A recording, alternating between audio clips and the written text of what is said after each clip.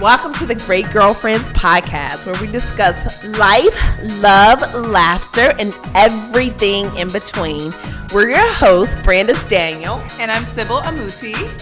And thank you for joining us. Yes. So, Sybil. Yes. What's been going on this week? What's going on in your world? You know what? All of everything this week. I'll tell you real quick. My little boo-boo Dilly, she's in her second week of camp. And this particular week, she's been talking more about her friends and what's been going on at camp. And she's giving me a lot more sass than normal. She has definitely turned it up 2 notches this week. And I've been having to serve it up to Dylan. That is hilarious. Yeah, I've been, you know, I don't know when the hormones start going up, down, and around, but I have a 3-year-old who's acting 40. That is crazy. No one told me that 3 was like this. Let me tell you something so funny about Delicious Girlfriend. About Dilly. I'm sorry, about Dylan, Sybil's 3-year-old. So she has created a school in Sybil's basement, which she calls Delicious. The Delicious School. The Delicious School. Because she's delicious. And she named it herself. And spells it with like Dilly, like how you spell Dylan. Yes. So she's wild. But anyway, what's been going on with you? This week has been busy. You know, I'm gearing up for New York Fashion Week. Yes. So, just been busy. I had a really good meeting the other day with potential sponsor, like an agency. Okay. And so that was interesting because this guy who I met with actually went from entrepreneurship, and then he left entrepreneurship and actually like went to go work for a company. And so he and I kind of like talked about that and like what made him do that and stuff. Basically, he was just like, he had been doing it for 15 years and the grind is no joke. Wow. He will always be an entrepreneur, but he wanted to try something different. But it was good. So, wow. So this week has just been busy. Yeah. Like really, really busy. There's been a lot too. I just want to, you know, this is kind of sensitive, but there's been a lot going on with the Sandra Bland case. Yes. And I found myself a little emotional about the whole situation. And it just made me honestly want to be more vocal. Yeah. Definitely. As, you know, lift my voice more, be stronger for more women. Absolutely. You know, be more of a reinforcement because I saw so many people hurting on social media. My stomach hurt. Yeah, I didn't know because I and girlfriends is not a good thing, but I keep my head in the sand half the time because I'm just trying to get stuff done. Yeah. Yeah. And my intern was like something. She's like, this is just so horrible about the Sandra Bland. And I said, what happened? And so she was like, you haven't heard? And so I just started reading it, and I'm just like this, like my stomach is turning. Yeah. It's so, you know, but you know, for as much bad, you know, it's going on, there's some great things happening out there. There are. But I just definitely wanted to not go without saying and identifying that it has empowered me in a different way. Yeah. You know? It is empowering me. My sensitivity is empowering me more to do more for other people. Absolutely. Yeah. Yes. So onward and upward, guys. Yes. Onward and upward. This topic is actually, so last week we actually talked about shrinking. Yes. And I guess, you know, Brandon's pretty much put my tail on the hot plate. No, I didn't actually. Yes, you did. You called me out like 3 times that I wasn't ready.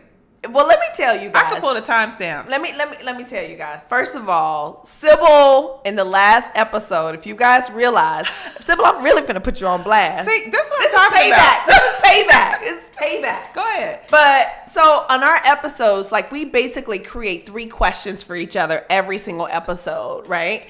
And we don't always know what those questions are. So when you guys get our response, you're really hearing like our honest heart and our honest answers. Well, I noticed on the last episode format, there were no questions written. So we're going through. So, of course, you guys remember that I asked Sybil a question and she finally gave us a story. But after the podcast was over, I'm like, Sybil, why didn't we have questions? She's like, oh, yeah, I didn't want to deal with that. Really? Really? I didn't feel like doing questions. Really? I did not. So, yeah. Have you ever not felt like doing something and or felt like it's not life or death? So that's how I felt. I feel like your girlfriends will understand that if we did one episode without 3 questions, no one would lose life. Okay, so girlfriends, let us know what you think. Do you think we gave you enough questions and enough stories on the last episode of Shrinking? That's shade right there. Please, you know what? If I had to give one girlfriend tip today, it would be don't throw shade shade. Don't throw well, you know what? Maybe this is not shade because you're doing it to my face. I don't know. This But is anyway, shade. I This love is you not for shade. it. So, girlfriends, we want to hear what you think. If you think Sybil needs to give more stories on shrinking, please let us know on our Facebook page, and we will be sure. Maybe we'll do a part 2 of shrinking. Maybe we'll do a Periscope on shrinking. There we That's go. what we'll do. That's what we'll do. All right, so then what are we talking about today, Miss Brandis, the Taskmaster? Brandis's hashtag, just so you guys know on social, is Brandis the Taskmaster. It is not. Yes, it is. It is absolutely not. So let me tell you. So, I had a scenario come up recently. And the way we kind of choose our topics for these episodes is a lot of times based on exactly what's going on in our life. Right. No, it's true. And so when we're dealing with stuff, we're like, shoot, our girlfriends are probably dealing with the same thing. We should talk about it on a podcast. And one of the things I was dealing with was actually something that I really wanted and had asked for. It looked like it is happening, and it scared the crap out of me. And so I'm like, okay, we need to talk about this because this is kind of like a little bit of a part 2 of shrinking, but we have as much a fear of success as we do of failure. That is so true. I mean, I feel like anybody who tells you it's not true is completely lying to you, because honestly, sometimes the thing that keeps us from going after success is the fear of that unknown space. Yeah. It's true. It's true. Absolutely. And I'm sure a lot of you guys are impacted by this. And, some of you I know who have some things that you want to do and some things that you want to accomplish. Doors start opening and you want to crawl under your freaking bed. Yep. Because you're like, oh no, people are actually taking me serious. Yep. Yeah. I've even had a friend of mine who was at a job and she's been there for about probably 10 years now or more. And she's, kind of bored at her job, but I asked her, I said, well, would you consider going after a promotion or maybe a different company? She said, no, I like my desk. I like my drive to work. I like, I like my check every week. She said, and too much money is a problem. Wow. And I was like, oh my gosh. Wow. Oh my gosh. I'm going to put you on my long lunch list. Wow. Yeah, too much is a problem. And because of that, she will probably spend the next 20 years or so there. Wow. At that desk, at that cube, doing what she does, driving the same route. It's the same. I'm sure there are girlfriends out there now who have promotions that they can go for. Yeah. And you have probably even been given the green light by your manager. Yeah. But have not done it. And it's just the fear of success. It's so true. I'm even going to say in dating. Ooh. Dating. Boom. Pow. Boom. That is right Mic there. drop. Mic drop. Y'all already know what I'm talking about. Go ahead, Sybil. Y'all already know it. As much as you fear some dude doing something that a guy from your past did, you also fear the idea of trusting someone that you've not known to be the one that's going to love you the right way. I had it. That dude that comes and start doing all the things. Oh my God, you try to run him off. You be trying. He goes through so many hoops. To try to get How many hoops does he go through to try to prove? And he keeps proving. And then when you marry him, you want to shop away his money. You have his kids, but you want to cause him all this grief to prove that he's not Otis. Otis. That is so that he ain't. You know crazy. what I mean? But it's true. It happens a lot, with relationships. And most of us women have probably gone through at least one or two inferior relationships, probably more, but I'm just saying just a modest number. Or some of us, like me, I went through sexual assault. So obviously I had fear of the idea that someone would do that again, but also that I could even trust a man to love me the right way. Wow. Completely, yeah. So fear of success, and with money. Sometimes people want to burn it off before they want to save it because they're afraid of what could happen if their money would grow. Ooh. Mic drop. I thought this serious. was my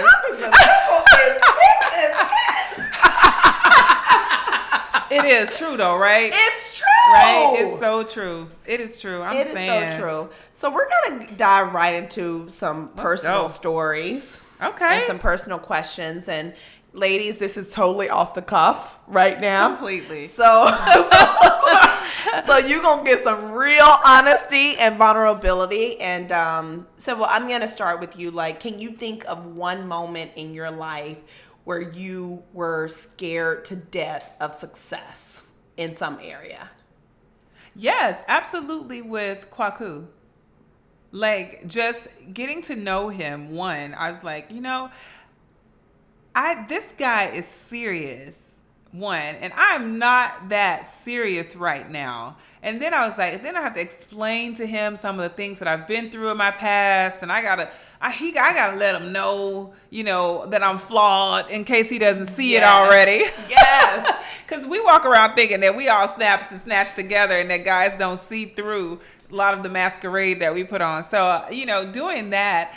And then trusting the idea that he wasn't completely playing a masquerade with me. Yeah. And that was a real big dilemma for me, because it wasn't that I didn't want to believe in him. I didn't know how. Everything about my past said that he was about to be a fraud. Wow. Everything. Wow. So it was up to me to believe that the fears that I had were just all a part of, all my past is trying to weigh me down and keep me from moving forward. But how do you, because there are women out there now who are dating a guy and everything about him is everything they've asked for, but they are trying to kick this dude to the curb. Yeah. What kept you in it? What kept me in it was Kwaku was consistent. Yeah. His character was consistent, and I learned to trust my instinct more. Yeah. I learned to trust my heart more, and I learned to understand that what my heart felt was good. Okay. That my heart didn't feel apprehension. My mind felt apprehension. Got it. My heart felt connection. My mind felt safety. Lock down. Shut them off. Right. So I would literally war between my emotions and my thoughts. Ooh. And he was just on the other side of it, just hanging on by a string like, I'm going to love this woman. I'm going to love her. And I'm like, no, you're not. No, you're not. You're going to fail like the rest. And this was a war that I took him through. Wow. I took him through this, and he was just resilient. Wow. He was resilient. And don't get me wrong, we had breakups, but our breakups were over things that were workable. They weren't over like betrayal and cheating and lies and all the other crazy stuff that I dealt with before. Right. So it was just like, it was all something that I needed to just accept. Yes. I needed to accept it. I needed to stop trying to push it away. Stop trying to reject it. Girlfriends. You hear this. Yeah. And even in marriage, when I started out literally at the altar, my dad walked me up. And as my dad was walking, I've been with Kwaku for 3.5 years. Okay.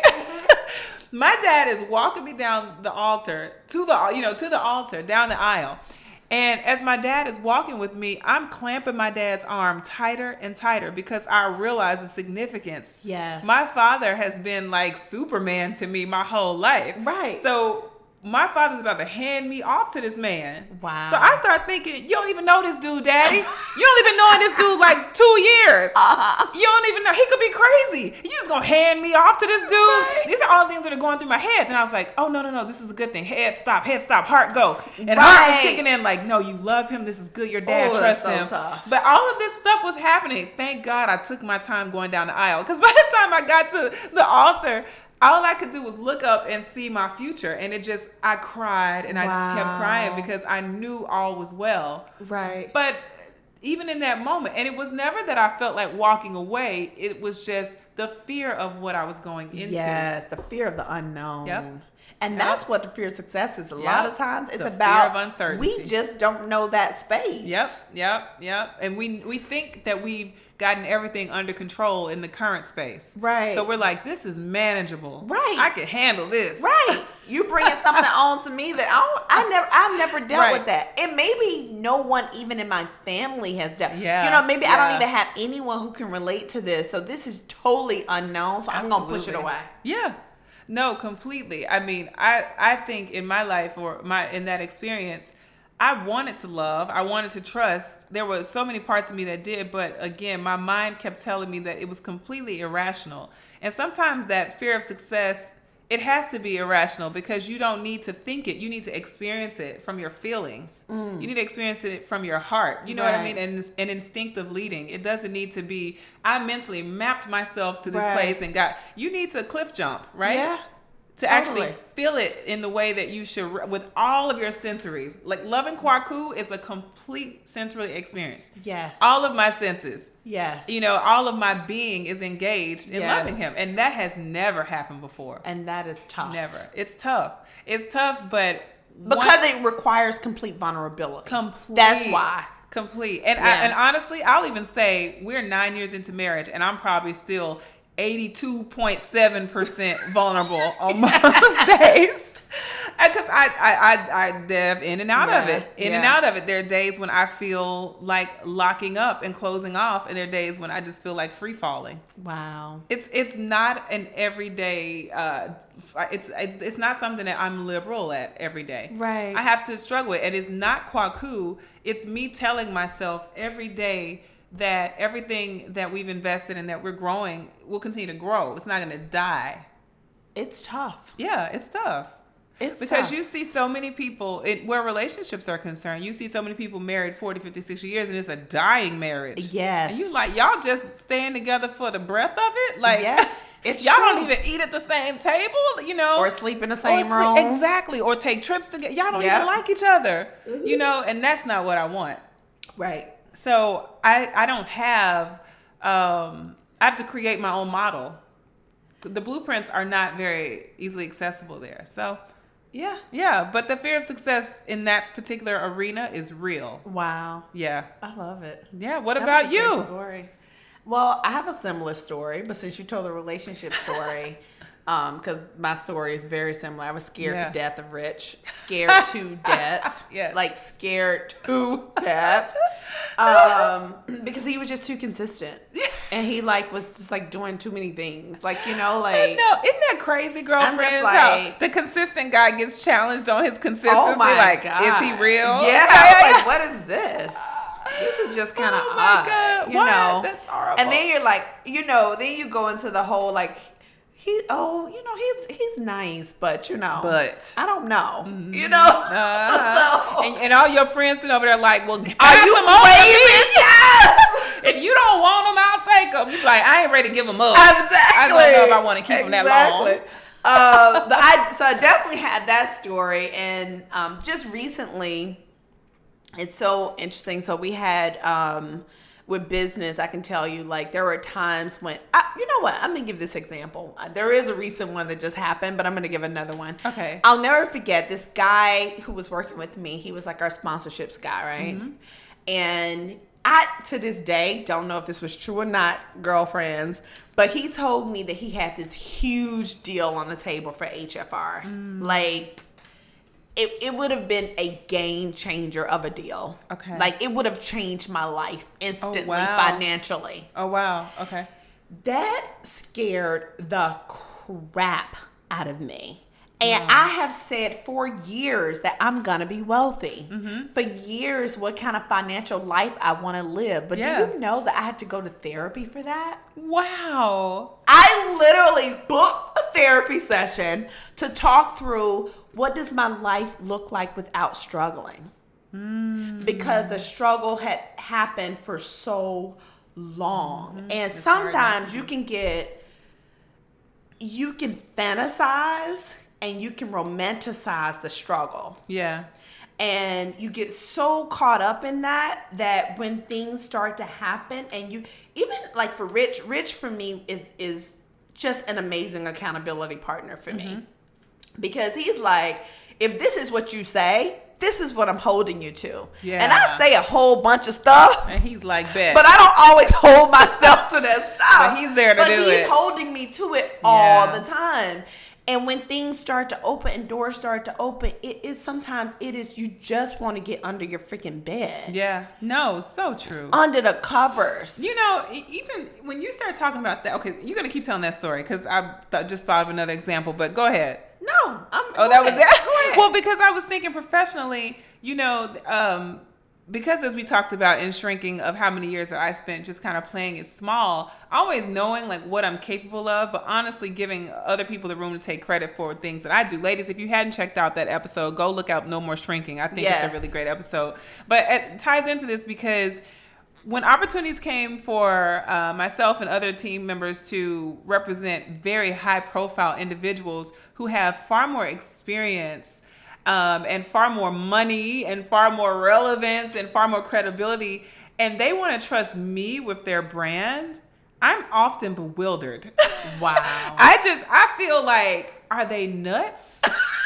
Do they know that I'm way younger, that I have only 10 years experience at what I'm doing? Like, I feel like a rookie. Right. Like, I don't feel empowered. I feel inferior sometimes. And I have to really sit back and change my mind and say, you know what? Instead of me feeling like afraid that I won't measure up to their standard, I'm going to take on the idea that they think they see enough in me to know that I do measure up to the standard. Right. And they're giving me a hand up. Yeah. You know, this situation, this opportunity is giving me a hand up. And so when I do that, it opens my mind to the idea that there are no caps. Like, I can go after more and more and more and more. And even the thought of that there are no caps, that's scary. But that's the truth that people need to know. There are no caps. Yeah. And you guys have to know this about us to know that we both, you know, we're Memphis girls. We are small town girls who came to New York with a lot of ambition and very few relationships, I would say. Very few. I would say, but over the years, we've been able to organically build and organically connect with people that have continually given us doors that if we could just get to that door, if we can,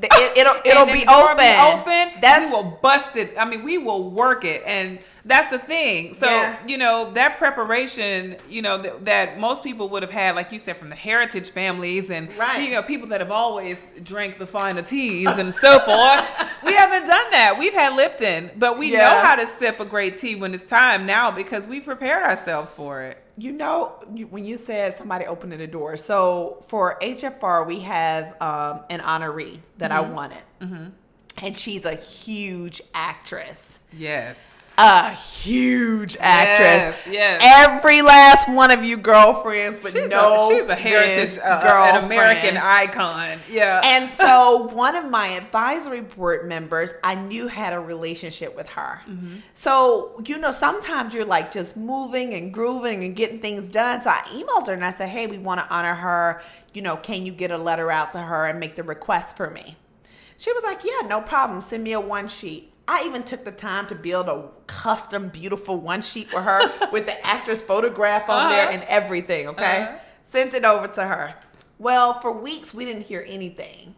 So I said, you know what? I'm on one of my intern calls. I said, you know, Shanicia, we haven't heard back from this woman, so let's come up with another plan. Mm-hmm. We had a plan B. Mm-hmm. I decided to shrink from the plan B. The plan B was also incredible. And I decided to go for somebody who I thought was more realistic for me to get, who's also an icon in his own right. But I was like, I'm going to go for this person.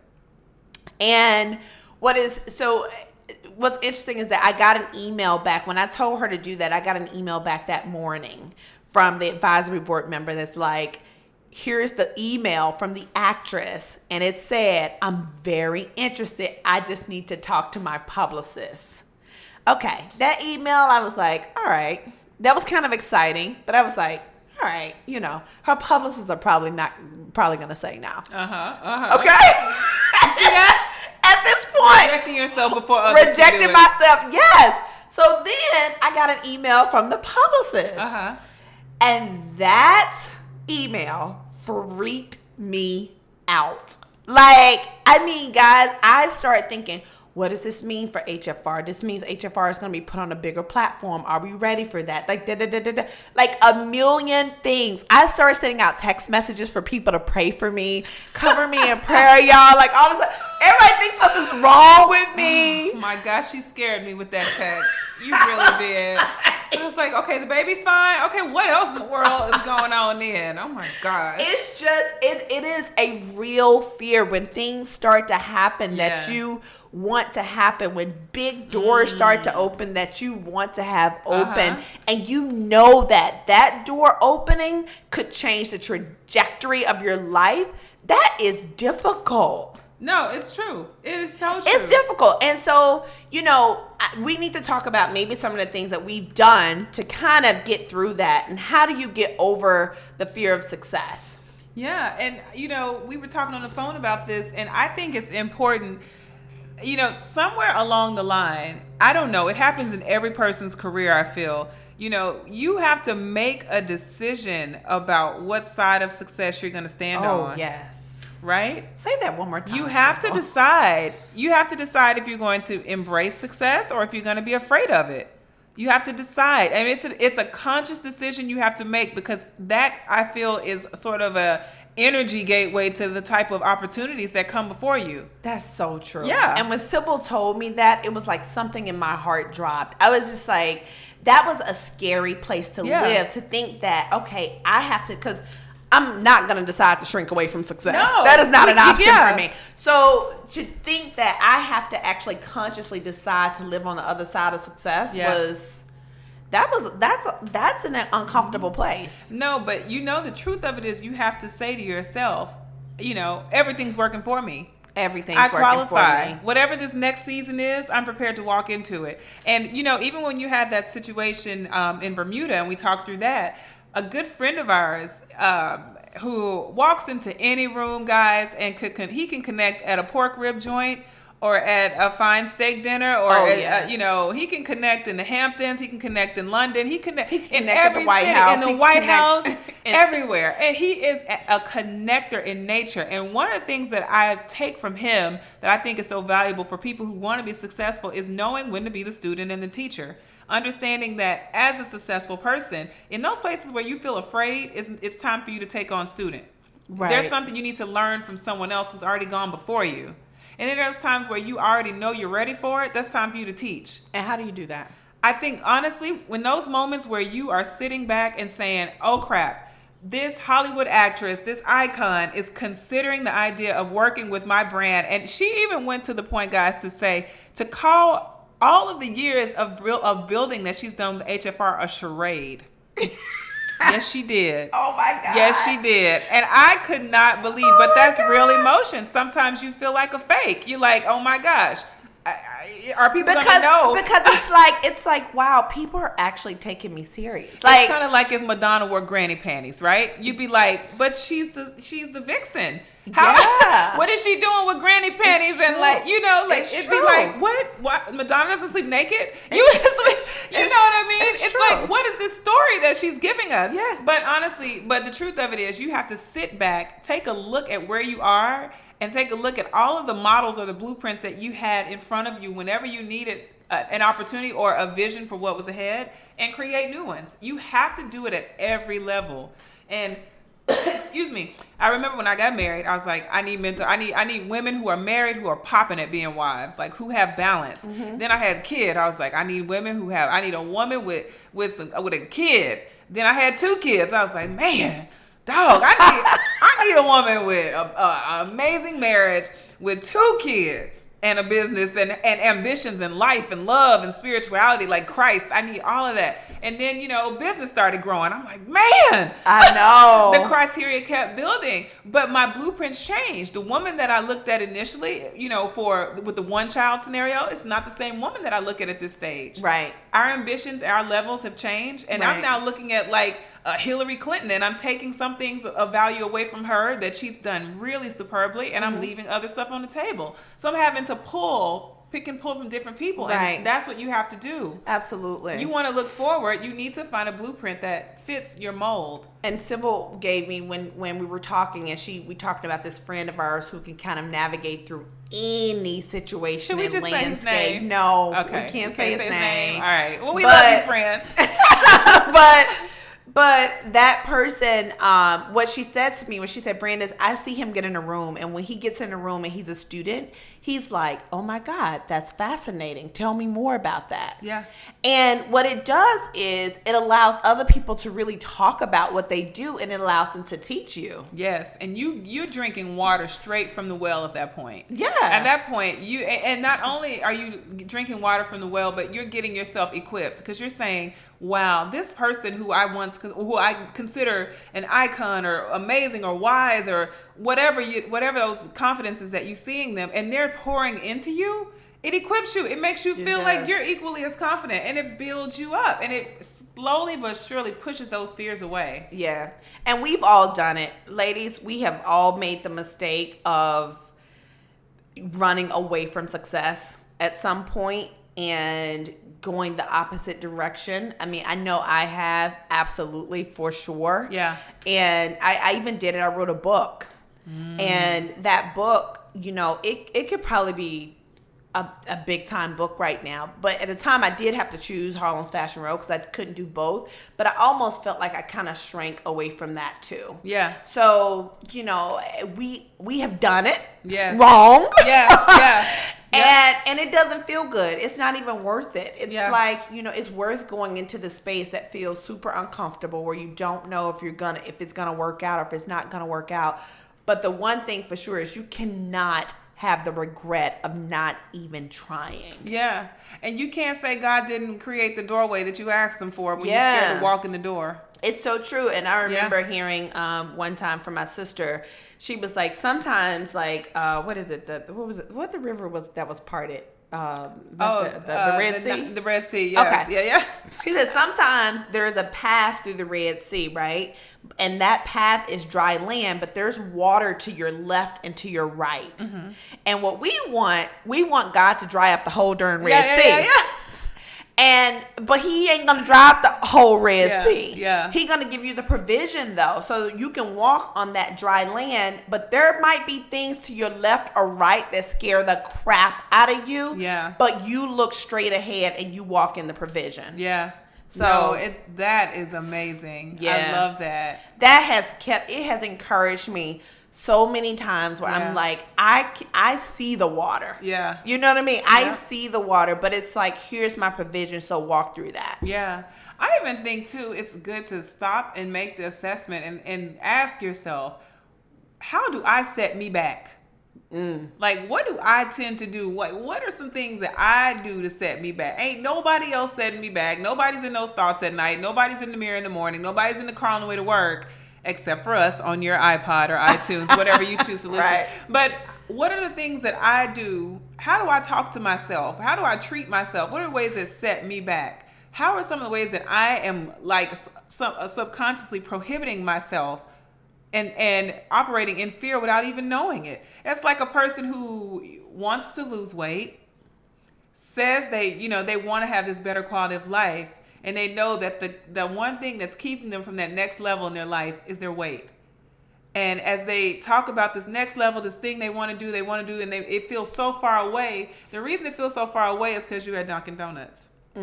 Or because you're eating excessively at night, or because you do binging, right? Or because you do emotional eating, or whatever it is. But there's a reason. It's not because, we don't create these distances arbitrarily. We create these distances because there's something that we're doing to prohibit ourselves. It's so true. And you think about it. It's so true. We disqualify ourselves because we know the truth about our actions. Yes. Our behaviors that are restricting us. Because there's some of you out there who's supposed to, and I'm actually speaking to somebody, but I'm not going to put her on blast. Not Sybil. But she's supposed to be starting a blog, which will be a game changer. Wow. A game changer. And every day I'm like, why haven't you written a blog? Why is this blog not up? I was like, I'll do the darn blog for you. Like, if you need to put it up, if you need to put it up, I can help you put it up. Yeah. Oh, I need a logo. Okay, here's the person for the logo right here. Call her. And as a matter of fact, I'll invest in your business and I'll invest in the logo. So it's like removing all those excuses. But ladies, we make too many excuses. Absolutely. I mean, if you're supposed to be doing something, we got to go out there and get it done. Yeah. Yeah, I think that it changes our legacy. It changes our family. It changes our perspective on the world. It changes our perspective on people, whether or not people are assets or liabilities. How can I add value to someone? How can I add value to me? It opens doors for us. It do. Yeah. I mean, I had been saying for years I was going to write a book. Years. Okay? Years.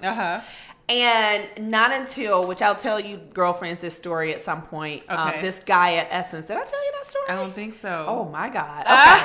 Okay. So ladies, I promise I'm going to tell all you guys this story. It wasn't until this guy at Essence confirmed it for me. A random driver who I think could have been an angel. I don't know. Wow. But he confirmed that I had to write. And what I did was I'm doing a 100-day consistency project right now. And on that project, I'm actually sending emails every single day to my best friend. And it's my book. And so what's funny is I thought I didn't have anything to I was like, I don't know what to write. I don't know what to include, what not to include. But when you give yourself 100 days to write every day, you just write whatever comes to your mind that day. And what's fun, I've got probably now about 20 to 25 pages written. Nice. And I'm only on day 11. Wow. And so it's amazing what happens when you just decide to do it. To support your success. Yes. Don't be the one to block it. Don't let your fear prohibit you. Yeah. That's true. So girlfriends, so hopefully we gave you guys some good tips and just, making sure that you do not let the fear of success keep you from moving forward. Absolutely. And, I'll just say, simple, let's give them leave them with 3 things. Make the decision. Make the decision. Decide what side of your success you're going to live on. Are you going to add value to your success or are you going to take away from it? Absolutely. That's my main one. I'm going to say number 2, feel the fear and move anyway. That's very good. I love that.